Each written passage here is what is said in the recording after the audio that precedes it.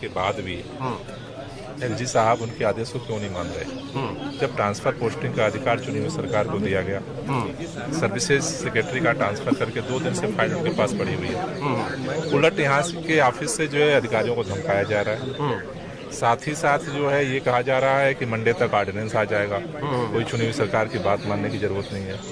तो क्या फिर इस फाइल को इसलिए रोका गया है? तो ये क्योंकि ये सारे प्रश्न ऐसे हैं जिससे चीजें एक ठहर गई हैं, तो इसलिए इन चीजों को जो है वो समझने के लिए, बातचीत करने के लिए हम लोग यहाँ पहुँचे। हम लोग एलजी साहब से मिलने आए हैं। दिल्ली का पूरा कैबिनेट आया है। क्यों? क्योंकि एलजी साहब पिछले 2 दिन से एक रूटीन फाइल जो सर्विसेज विभाग से उनको भेजी गई थी सर्विसेज सेक्रेटरी के ट्रांसफर के लिए, उसे साइन ही नहीं कर रहे हैं। जब सुप्रीम कोर्ट ने ये स्पष्ट कर दिया है कि लैंड, लॉ एंड ऑर्डर और पुलिस के अलावा एलजी साहब चुनी हुई सरकार के निर्णय मानने के लिए बाध्य हैं, तो वो इस तरह से काम रोकेंगे कि वो 2-2 दिन तक फाइलें साइन नहीं करेंगे। तो हम एलजी साहब से निवेदन करना चाहते हैं कि वो जल्द से जल्द फाइल साइन करें और दिल्ली की चुनी हुई सरकार के काम को ना रोकें। मिलना चाहिए और यही बोल आप मेरे साथ में और है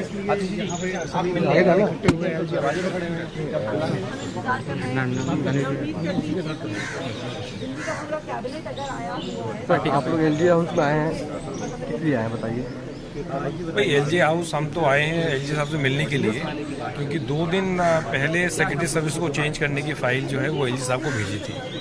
आज दूसरा दिन है, तो यही पूछने आए हैं कि भाई अगर हर फाइल में इतना समय लगेगा तो फिर एक जो चुनी हुई सरकार है वो कैसे काम करेगी? अगर चुनी हुई सरकार अपना सेक्रेटरी को ही चेंज नहीं कर सकती है तो फिर किस प्रकार की गवर्नेंस है और गवर्नेंस कैसे होगी?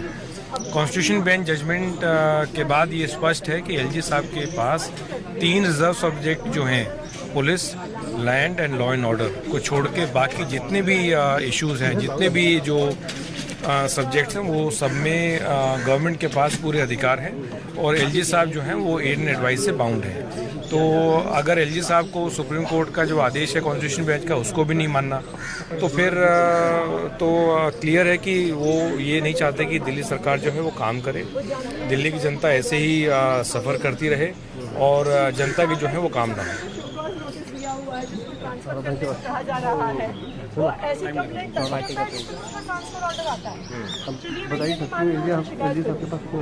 कि आज एलजी साहब से हम लोग मिलने आए हैं क्योंकि पिछले 2 दिन हो गए सौरभ भारद्वाज जी ने सर्विस सेक्रेटरी की फाइल भेजी हुई है, वो नहीं की है। 2 दिन हो गए और कॉन्स्टिट्यूशनल बेंच ने अपने ऑर्डर्स में क्लियरली ये बोल दिया है कि लॉ एंड ऑर्डर, पुलिस और लैंड को छोड़ के जितना भी काम है, जितनी भी पावर्स हैं, वो दिल्ली और एलजी साहब को जो काम करना है वो कैबिनेट के एड एंड एडवाइस पे करना है।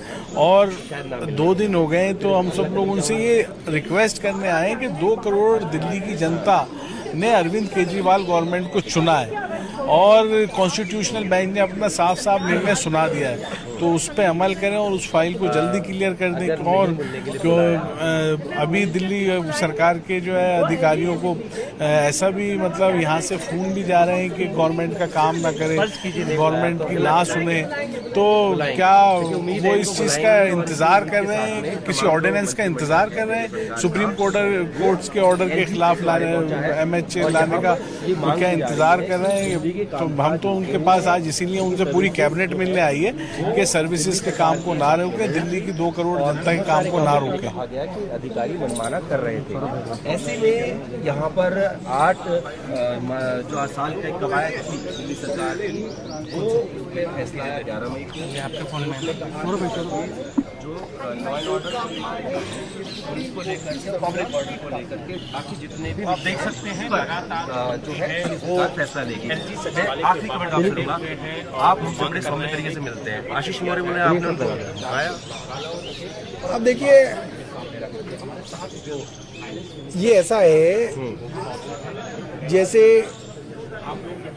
किसी के ऊपर आपने पैसे लेने का दावा किया कि इसके ऊपर मेरे पैसे बनते हैं और वो आदमी कह रहे कि साहब इसने मेरे को धमकाया ताकि अब मैं उससे पैसे ना लूं, तो हमने शो कॉज लाइव दिया, लाइव कट कर दे क्योंकि डॉक्यूमेंट्री मेरा ऑर्डर पाने के बाद वो सचिवालय से गायब हो गए, फोन स्विच ऑफ कर लिया। उनके घर में नोटिस भेजा गया, घर के अंदर मौजूद थे, बीवी को कह दिया कि वो हटाएं। वो सबूत हमारे पास मौजूद है।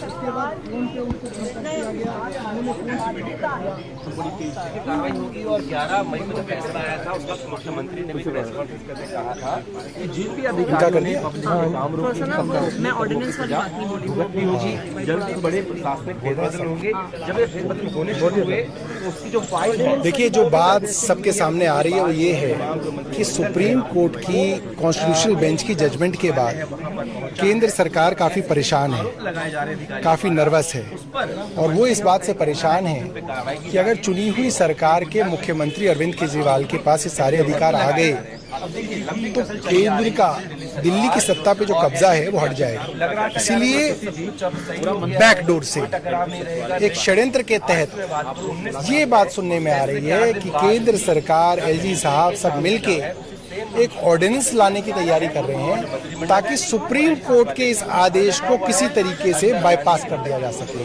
किसी तरीके से दिल्ली की सत्ता के ऊपर कब्जा केंद्र सरकार का रह सके। और इसीलिए जो है आज हम लोग एलजी साहब से भी मिलने आए हैं कि आप इतने दिनों से एक फाइल पे क्यों बैठे हैं, एक एक ट्रांसफर पोस्टिंग की फाइल पे 8 से 10 दिन कैसे लग सकते हैं। क्या वो सुप्रीम कोर्ट के फैसले को बदलने की कोशिश कर रहे हैं? क्या ऐसी बात है कि केंद्र सरकार कोई ऑर्डिनेंस लाने वाली है? अगर ऐसा है तो इससे बड़ी अवमानना सुप्रीम कोर्ट की नहीं हो सकती है, क्योंकि सुप्रीम कोर्ट ने स्पष्ट तौर पे कहा है कि अगर लैंड, लॉ एंड ऑर्डर और पुलिस से ज्यादा पावर बढ़ाने की कोशिश करी एलजी साहब ने तो स्ट्रक्चर के खिलाफ अपना पक्ष रख रहे हैं और इस बात को रखते हुए बता रहे हैं कि किस तरीके से वो यहाँ पर बैठे हुए हैं, इंतजार कर रहे हैं कि एलजी साहब उन्हें वक्त दे ताकि वो अपनी बात को एलजी साहब के सामने रख सके। हमारे साथ गोपाल राय जी हैं जो पर्यावरण मंत्री हैं। गोपाल जी, आप लोग क्या वक्त अभी मिला या अभी भी इंतजार करना, फिर थोड़ी देर बाद उसको बोल तो रोक देने के लिए